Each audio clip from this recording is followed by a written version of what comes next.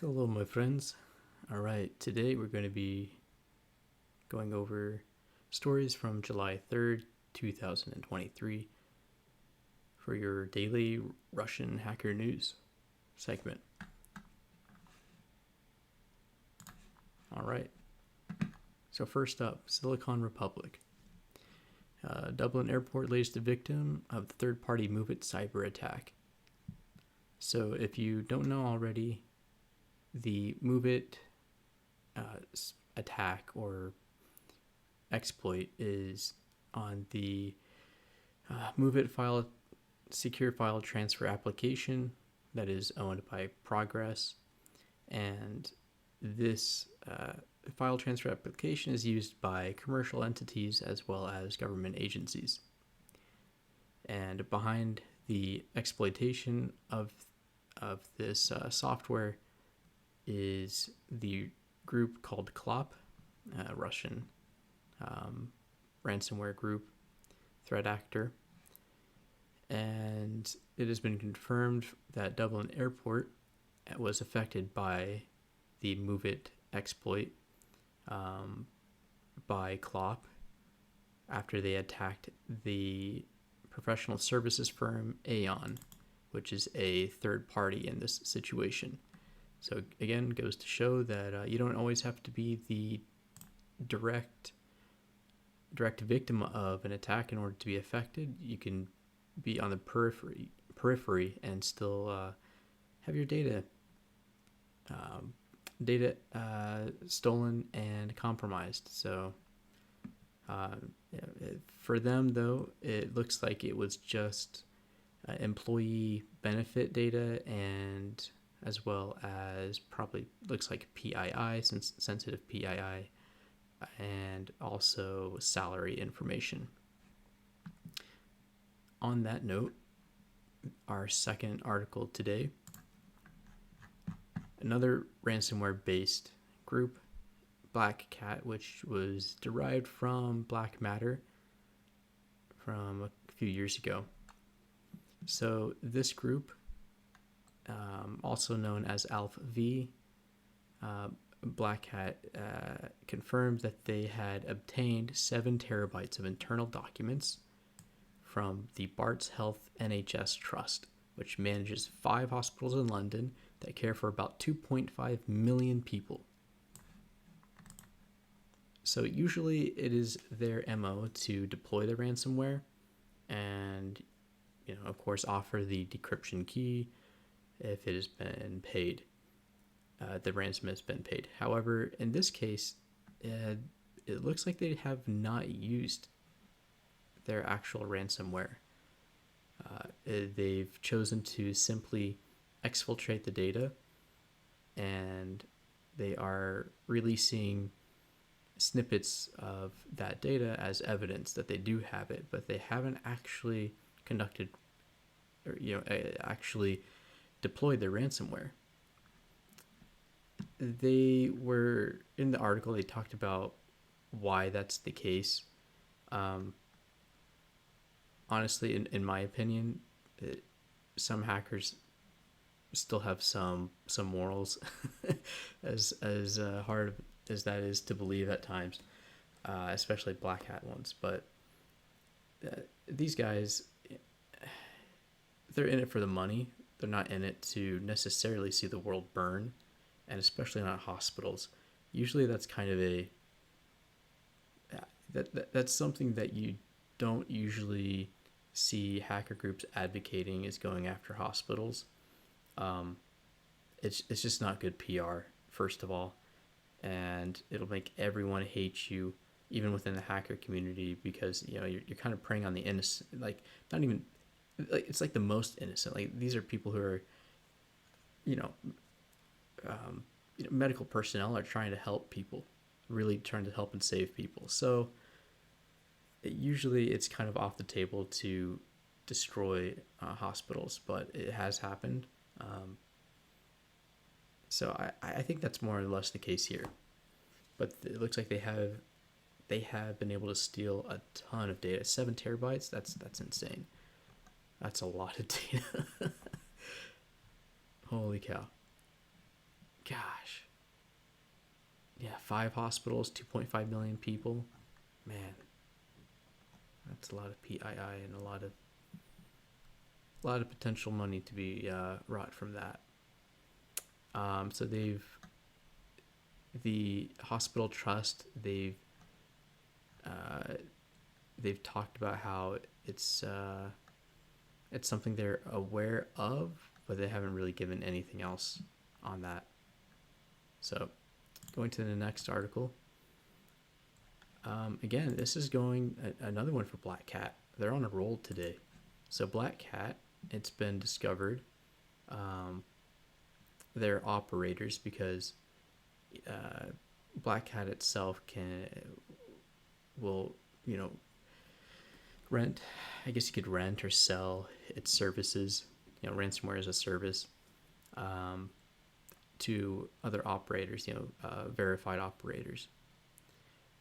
So these operators who are associated with the Blackcat ransomware itself, perhaps not the group, but the actual software running this attack, it's now been seen that they are using what is called malvertising tricks. Basically, they'll use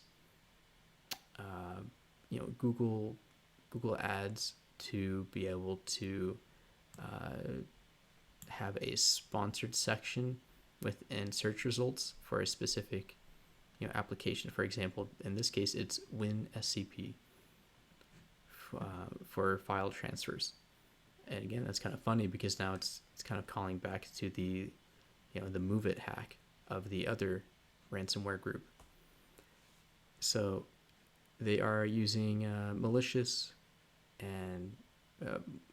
ads to be able to trick people into clicking on it, which will then they'll install what looks like a legitimate WinSCP application, and it functions as such, but it also has the backdoor for them in order to run their ransomware.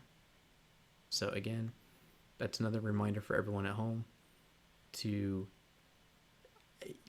I would suggest usually staying away from clicking on those ad links if you're looking for like application to use or a website to visit. Just go to the, just type it in yourself, or scroll down past the sponsored ad section and click on the site that's actually legitimate. All right, and next one here we have, it's from Dark Reading. Russian satellite internet downed via attackers claiming ties to Wagner Group. So if you don't already know about the whole debacle with Wagner Group, there's so much intrigue within that. I won't even try to explain it all, but they Prigozhin, the leader, not founder, but the CEO, I think is the best way of putting it. I don't remember his exact title. Of the Wagner Group, which was the private security firm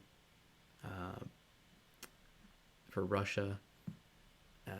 He led them to Rostov-na-Don in order to get basically the heads of these Ministry of Defense guys who he claimed were not giving him resources. And then he decides to start marching toward Moscow. And supposedly he shot down, I say he, but he and his men shot down some Russian military helicopters with Russian personnel on board who died, and pilots who died. Again, that's a very brief overview of that situation. Of that. Anyways, so these attackers who went to this site, or who targeted this satellite internet provider, which is Dozor Teleport. I can actually bring it up right now. Dozortel.ru. Here we go. Dozor Teleport, right there. So this is the company that they targeted, and it was on June 29th, so a few days ago, actually. They were knocked offline, and I would assume that this also, it says, a blow to the company's customers, which according to reports include Russian military and energy interests, which makes sense. It is a satellite communications company. Of course, it's going to be tied, with government contracts and things like that. The interesting part of this whole thing is that supposedly the Wagner group was behind in this cyber attack. And it says here, but experts aren't convinced. Yeah, I'm on the same boat as that. there's no way. No, it does seem like it's probably Ukrainian, either Ukrainian personnel themselves or Ukrainian tied personnel who are basically trolling Russians at that point. Trolling as well as obfuscating the fact that they are conducting, very, very direct cyber attacks towards Russia, within this escalating kinetic war that is going on at the same time. So that is kind of interesting. I love the troll.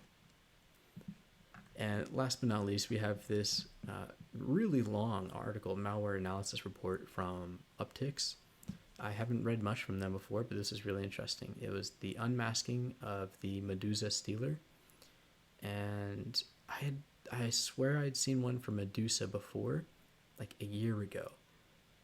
Maybe this is tied to that. Maybe they've evolved with their spelling. I don't know. But it seems like it's something new. However, Upticks, their threat research team, did provide an awesome, in-depth, comprehensive analysis of what this stealer does, how it does it, how it evades the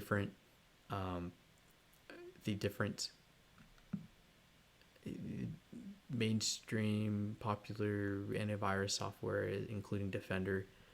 I believe they also have some. It's from the Telegram channels, but I believe they also, we have some dynamic AV scan reports here, static AV scan reports here showing that it's pretty much everyone's showing it clean.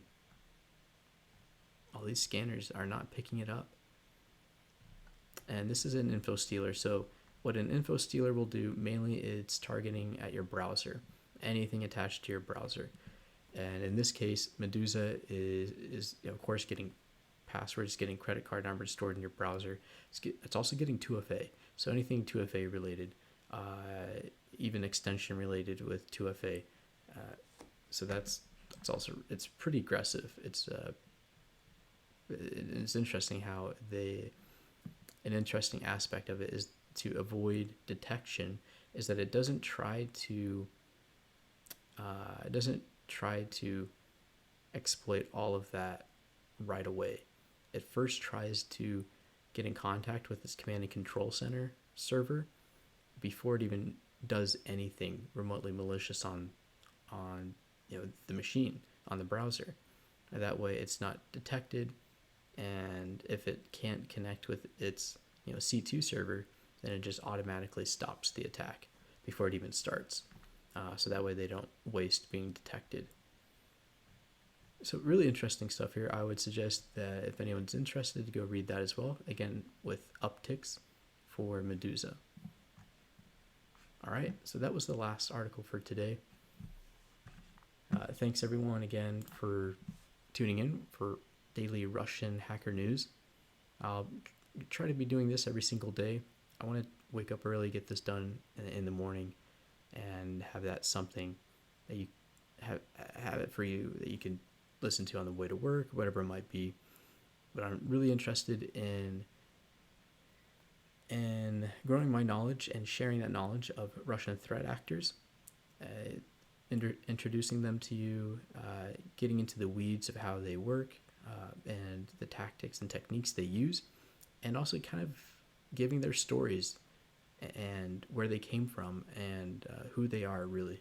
I think it's a fascinating subject. So hopefully you'll tune in next time. Please subscribe and give this a like, and we'll see you next time. До свидания.